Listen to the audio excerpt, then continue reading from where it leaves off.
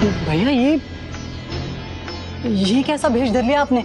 मैंने तुमसे कहा था ना, तुम्हारे विवाह के पश्चात मैं वो कार्य करूंगा जिससे मुझे प्रसन्नता मिलती है। मुझे इसी में आनंद मिलता है। मैं संन्यास ग्रहण करना चाहता हूँ।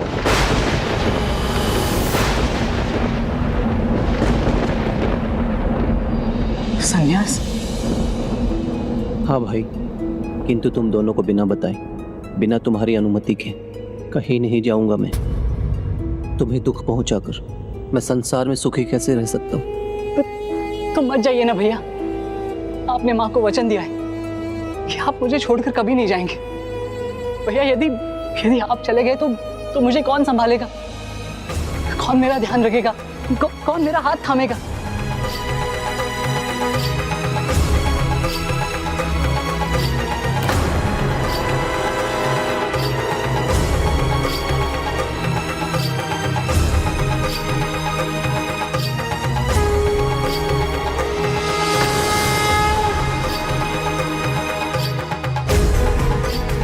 जिस प्रकार बिना सुगंध के पुष्प अपूर्ण, उसी प्रकार बिना अर्धांगिनी के गृहस्थ जीवन अपूर्ण। तुम्हारी अर्धांगिनी सुशीला आज से तुम्हारा हाथ थामेगी और तुम सुशीला और तुम दोनों मिलकर गृहस्थ जीवन की इस नाव को चलाओगे। नहीं भैया, अभी ये उचित नहीं है। समझने का प्रयास करो माधव। मेरे जीवन की यही नियति है, मेरे जीवन का यही उद्देश्य है। यही करने से मुझे शांति मिलेगी। इसलिए मैं चाहता हूँ मेरे जीवन की पहली भिक्षा तुम दोनों के हाथों से हो। तो मैं इस धर्म पथ पर आगे बढ़ूं तो कहो भाई, क्या तुम मुझे भिक्षा दोगे? मुझे विदा करोगे?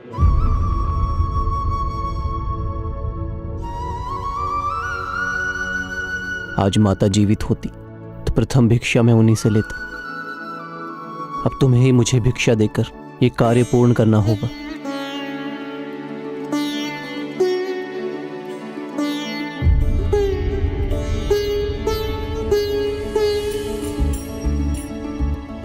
मैं आपके जीवन के उद्देश्य में बाधा नहीं बनूंगा। मैं आपको भिक्षा दूंगा। आज तक आपने मेरे लिए बहुत त्याग किया है, परंतु मैं आपसे और त्याग करने को नहीं कहूंगा।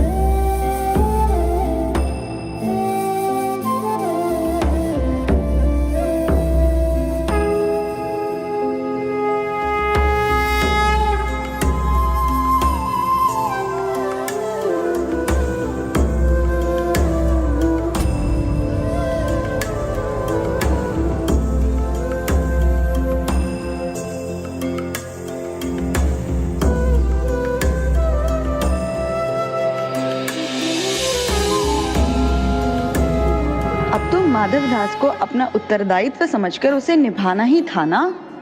वो दूसरों पर अपनी निर्भरता त्यागने के लिए तैयार हो गया था ना प्रभु। जो बचपन से किसी अन्य पर ही निर्भर रहा, उसे बदलने में कुछ समय तो स्वाभाविक था। बड़े भाई का हाथ छूटा तो उसने अपनी पत्नी का हाथ थाम लिया और उसी पर निर्भर हो गया।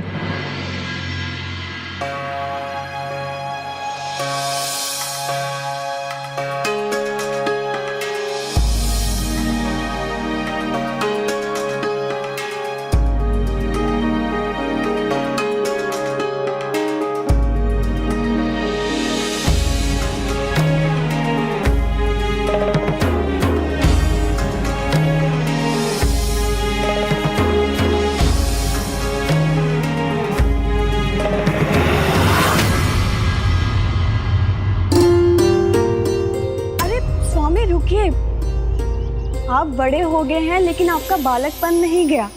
पुष्प हो या पूजा की सामग्री, बिना स्नान किए स्पर्श नहीं किया करते। शीघ्र ही जाइए और स्नान कर आइए, पूजा के लिए देरी हो रही है। ठीक है। सुशीला, अरे कविता, सुशीला, मेरा विवाह निश्चित हो गया है। ये तो बहुत ही शुभ समाचार है कविता, बधाई हो। शुभ समाचार तो है, किंतु केवल बधाई से काम नहीं चलेगा। तुम्हें मेरे साथ चलना होगा। साथ चलना होगा? गांव देवी के मंदिर। माता रानी ने मेरी प्रार्थना जो सुन ली है। चलेंगे, अवश्य चलेंगे। बस स्वामी को स्नान कर निकल आने दो, उनको बताकर ही जाएंगे। अरे पास में ही तो है मंदिर, बस जाएंगे और आ जाएंगे। चलो ना। किंतु स्वामी। चलो ना। अरे कविता। सुशीला, सुशीला, सुशीला।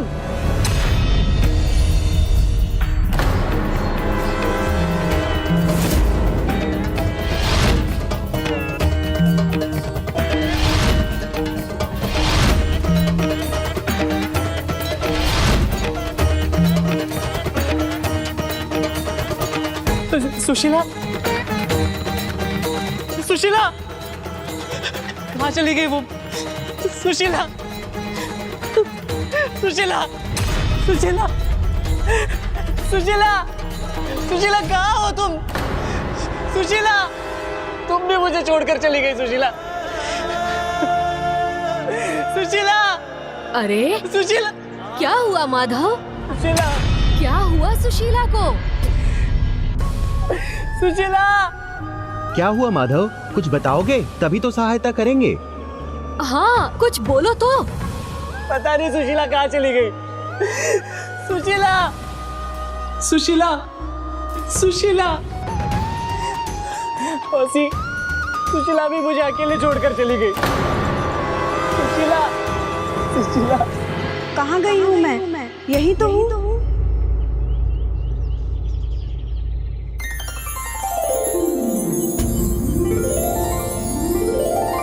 सुशीला, सुशीला, सुशीला, सुशीला, सुशीला। क्या हुआ स्वामी, आप रो क्यों रहे हैं? तुम ऐसे बिना बताए कहाँ चली गई थी? यही निकट वाले मंदिर में। उसमें क्या बताना स्वामी? मुझे भी ले चलती ना। तुम्हें बिना देखे मैं विचलित हो गया था। मुझे छोड़कर मत जाना, थोड़ी देर के लिए भी नहीं। अरे मत जाया करो बहू रानी, अन्यथा ये चिंता की अवस्था में ना पूरे गांव को इकट्ठा कर लेगा। अरे सब ठीक है, जाओ सब अपने अपने घर। ये क्या किया आपने स्वामी? तनिक मंदिर क्या चलेगी? आपने तो आस पड़ोस वालों को एकत्र कर लिया। हाँ, तो क्या गलत किया मैंने? तुम मुझे बिना बताए चली गई तो मैं चिंतित हो गया था ना। क्षमा करना, मैं ही सुशीला को खींच कर ले गई थी अपने साथ। किंतु इन्हें भी तो ऐसा नहीं करना चाहिए था ना। अरे वो मैं तो भूल ही गई तुम्हें न्योता देना। सोमवार को मेरा संगीत है, समय पर आ जाना। और मैं, मुझे न्योता नहीं है। स्त्रियों के संगीत में पुरुषों का भला क्या काम? और हाँ, इस बार इनको बता कर आना, नहीं ये फिर चिंता करेंगे। अच्छा सखी, मैं चलती हूँ।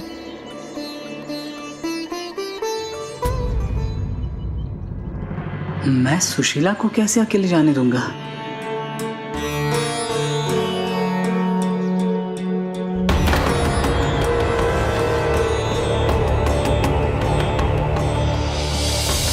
प्रेम का भाव कोई किसी पर न्योछावर करे तो वो तो अच्छा लगता ही है, किंतु जब उसकी अति हो जाए तो वो संबंध में खटास भी ला सकता है।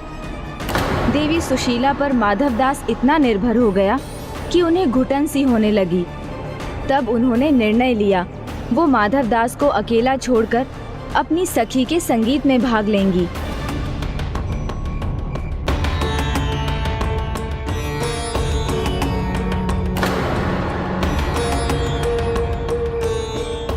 ऐसी ये कौन सी परंपरा है संगीत की जो एक पति को अपने पत्नी से अलग कर दे? वो भी पूर्ण रात्रि के लिए, और वो भी वो पति जो अपनी पत्नी के बिना बिना रह नहीं सकता।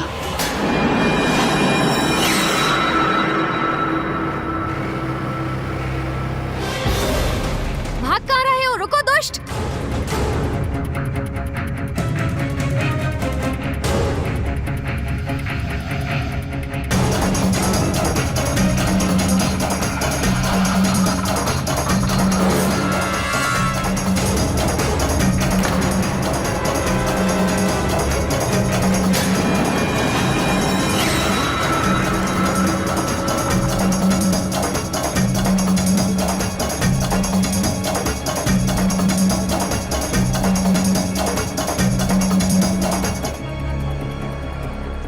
बचोगे नहीं तुम, दंड अवश्य मिलेगा तुम्हें।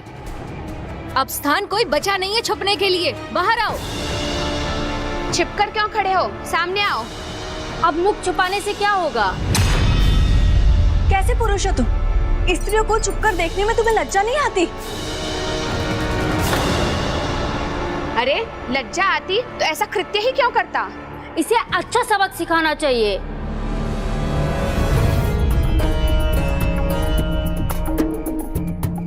अरे इसके लिए तो मैं और मेरा दंड ही पर्याप्त है। एक टिकेगा ना, सीधा हो जाएगा। अब क्या करूं मैं? अपमान तो होगा ही, चोट और सहनी होगी।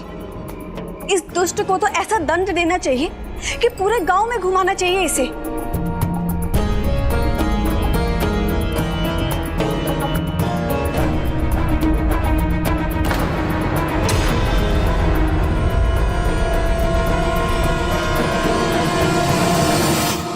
माधव,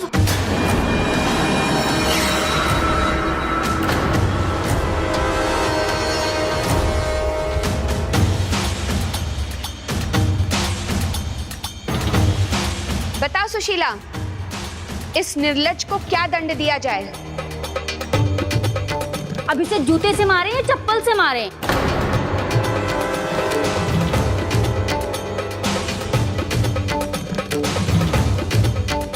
मेरे पति ऐसे ना हो बस।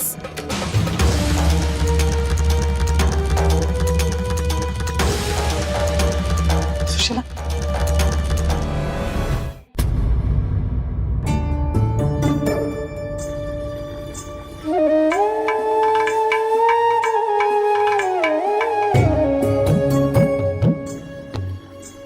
मुझे क्षमा कर दो सुशीला, मैं बहुत लज्जित हूँ।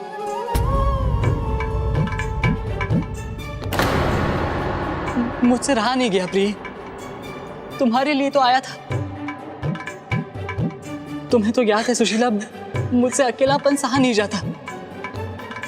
जब तुम नहीं थी तो व्याकुल था मैं, विचलित था। सोचा कहीं कुछ अनहोनी हो जाती तो। अनहोनी तो आपने कर दी वहां आकर। सभी आपको चरित्रहीन कह रहे थे। इतना उपहास हुआ हमारा वहां पर। क्या आवश्यकता थी आपको वहां जाने की? थोड़ी देर अकेले नहीं रह सकते थे आप? किंतु आप तो अपनी पत्नी के पल्लू से बंधे रहना चाहते हैं। थोड़ी देर आप अकेले रह लेते तो क्या जाता आपका? तुम्हें तो याद है सुशीला, जब तुम नहीं होती तो मैं व्याकुल हो जाता हूँ। भय लगता है मुझे, यदि तुम्हें कुछ हो गया तो मैं क्या करूंगा? और स्त्रियां थी ना वहां, हम अकेले तो नहीं थे ना वहां पर। क्या उनके पति उनसे प्रेम नहीं करते, उनकी चिंता नहीं करते? तो क्या उनके पति भी वहां संगीत में आ जाते? संभव है उनके जीवन में प्रेम करने को उनके पत्नियों के सिवा कोई और भी है, किंतु मेरे लिए तो बस तुम ही हो। जिनसे भी प्रेम किया मैंने, सभी मुझसे दूर चले गए ना। पहले पिताजी, फिर माँ, फिर देखते देखते भैया भी चले गए। जिनका भी हाथ थामा मैंने, सब मुझसे दूर चले गए, सब मुझे छोड़कर चले गए। इसलिए पल पल बस इसी भय में जीता रहता हूँ कि यदि तुम भी चली जाओ या तुम्हें भी कुछ हो जाए तो मैं क्या करूंगा? किसका हाथ थामूंगा मैं? ये जीवन का सत्य है। कभी ना कभी सभी जाते हैं, और वो दिन भी आएगा जब हमारा साथ छूट जाएगा।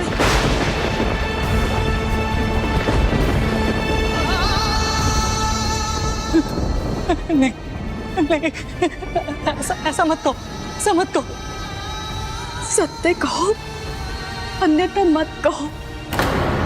ये सत्य अटल है और सत्य उजागर होकर ही रहता है। जिस किसी ने भी इस धरती पर जन्म लिया है उसकी मृत्यु निश्चित है। इसीलिए तो इस धरती को मृत्यु लोक भी कहते हैं। तो फिर किसका हाथ थामूं मैं, जिनके जाने की पीड़ा ना सहनी हो? उनका जो आदि है और अनंत भी। कौन है वो?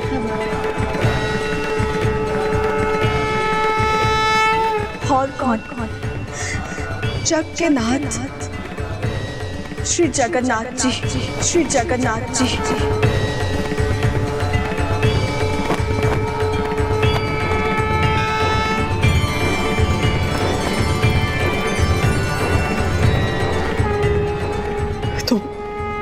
तो यदि मैं उनका हाथ थामूंगा तो वो मुझे छोड़कर नहीं जाएंगे? हाँ, भगवान श्री जगन्नाथ की शरण में जो कोई भी जाता है प्रभु उसका साथ कभी नहीं छोड़ते। तो इतना बता दो कि वो कहाँ मिलेंगे मुझे? ये तो सर्वज्ञात है, किंतु फिर भी बताती हूँ। वो इस संसार के प्रत्येक स्थान में है, किंतु उनके साक्षात दर्शन चाहिए तो आपको कलिंग प्रदेश के जगन्नाथपुरी क्षेत्र में जाना होगा।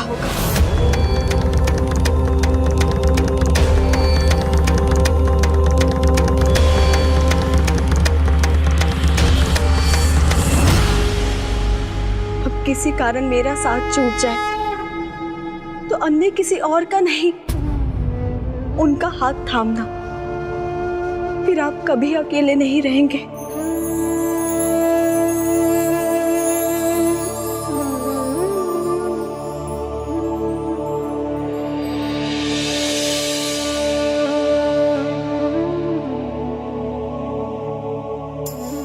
इस घटना से माधवदास को जीवन का गूढ़ सत्य समझ में आया जो उसे उसकी पत्नी ने बताया था। वो सत्य जो कभी झुठलाया नहीं जा सकता और कदाचित उसके जीवन का यही उद्देश्य था, क्योंकि उसके कुछ ही समय बाद उसकी भी मृत्यु हो गई और माधव फिर अकेला था, किंतु इस बार वो तनिक तैयार था।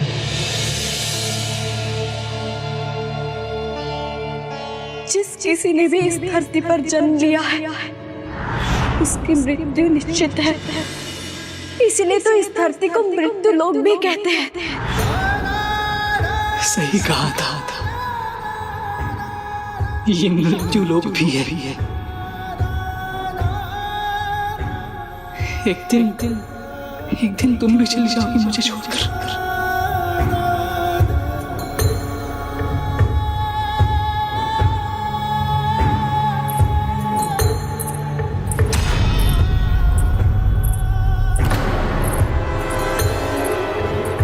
नहीं,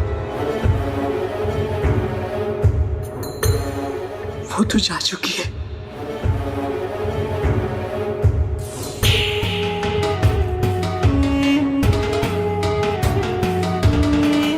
भगवान श्री जगन्नाथ की शरण में जो कोई भी जाता है प्रभु उसका साथ कभी नहीं छोड़ते। साक्षात दर्शन चाहिए तो आपको कलिंग प्रदेश के जगन्नाथपुरी क्षेत्र में जाना होगा। अब किसी कारण मेरा साथ छूट जाए तो अन्य किसी और का नहीं, उनका हाथ थामना। फिर आप कभी अकेले नहीं रहेंगे। तुम्हारा कहाँ मानूंगा मैं, तुम्हारा कहाँ मानूंगा।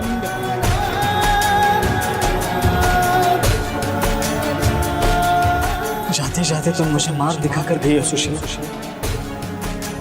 मैं आज ही जाकर जगन्नाथ जी को ढूंढूंगा और उनकी शरण में चला जाऊंगा। अपना सब कुछ पीछे छोड़कर माधवदास अब अपनी नियति की ओर बढ़ रहा था। प्रभु को ढूंढते हुए वो शीघ्र जगन्नाथपुरी धाम पहुंच गया। भैया ये जगन्नाथ जी कहाँ मिलेंगे?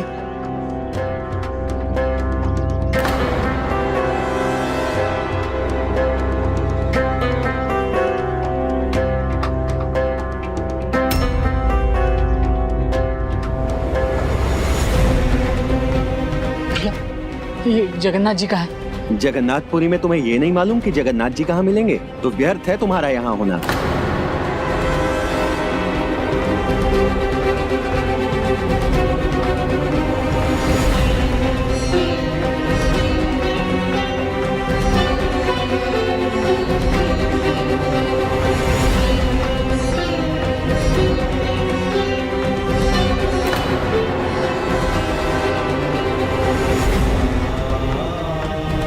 अंततः तुम आ ही रहे हो सखा।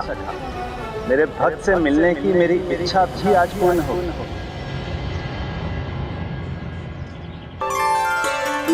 भगवान और भक्त का संबंध बड़ा अनूठा होता है। जब भक्त भगवान से मिलने के लिए तत्पर होता है तो भगवान के मन में भी एक ही विचार होता है, अपने भक्त को दर्शन देने का।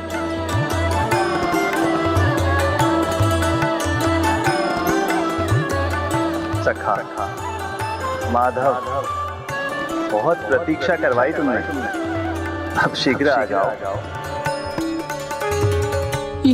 ये स्वर कहाँ से आ रहा है?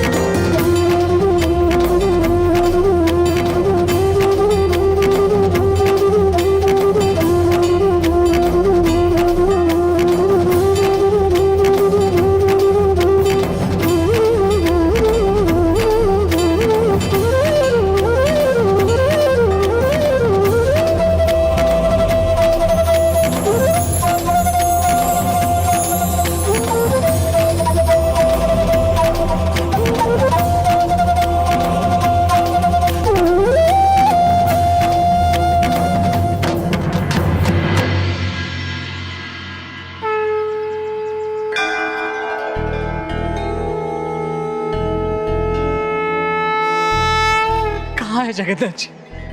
कहाँ है? कोई दर्शन करवा दो मुझे, कोई उनके दर्शन करवा दो, कोई भेंट करवा दो उनसे मेरी। मुझे उनका हाथ थामना है। जगन्नाथ जी, जगन्नाथ जी। आओ, मैं तुम्हें जगन्नाथ जी के दर्शन करवाता हूँ। मेरे साथ आओ।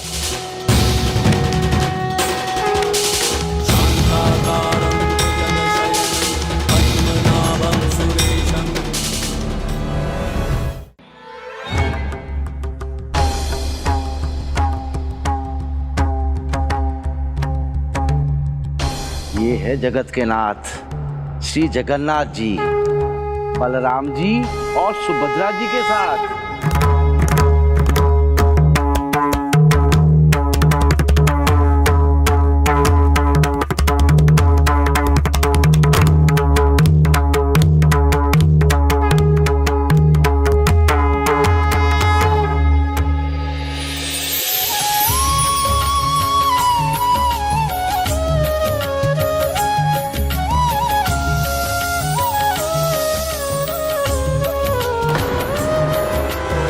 भगवान श्री जगन्नाथ की शरण में जो कोई भी जाता है, प्रभु उसका साथ कभी नहीं छोड़ते।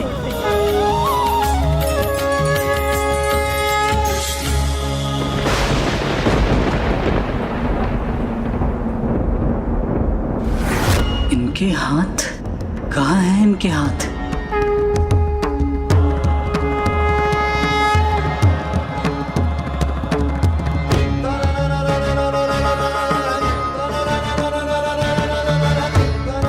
आपको विश्वास है ना? यही जगन्नाथ जी? हाँ, यही है जगत के नाथ श्रीपति जगन्नाथ प्रभु।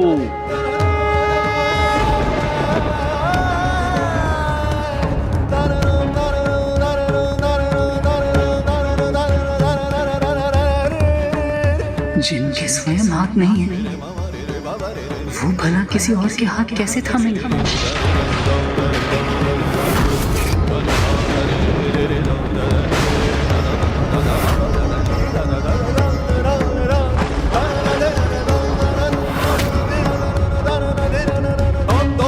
ये मेरा हाथ कैसे थामेंगे?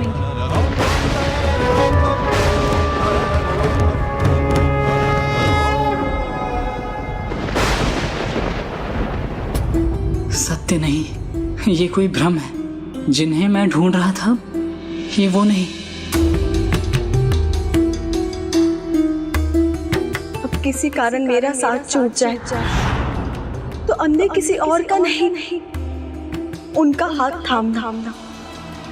फिर आप कभी अकेले नहीं रहेंगे।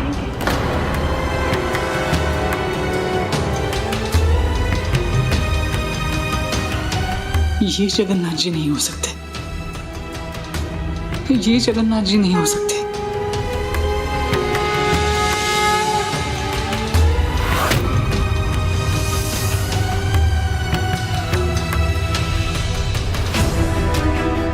असंभव। प्रभु इसे क्षमा कीजिए, इसे नहीं मालूम ये क्या कह रहा है।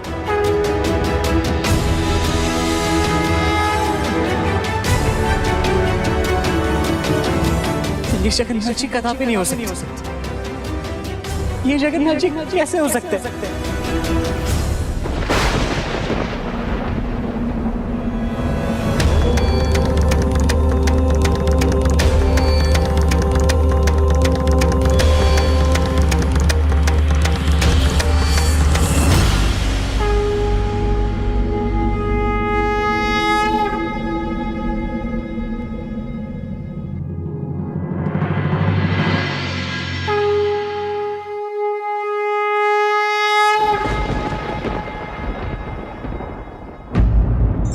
परमात्मा ने नेत्र दिए हैं संसार देखने के लिए, किंतु स्वयं उनके वास्तविक दर्शन आंख मूंद कर अंतर आत्मा से ही संभव है। For more updates, subscribe to our channel, click the show links and enjoy watching the videos.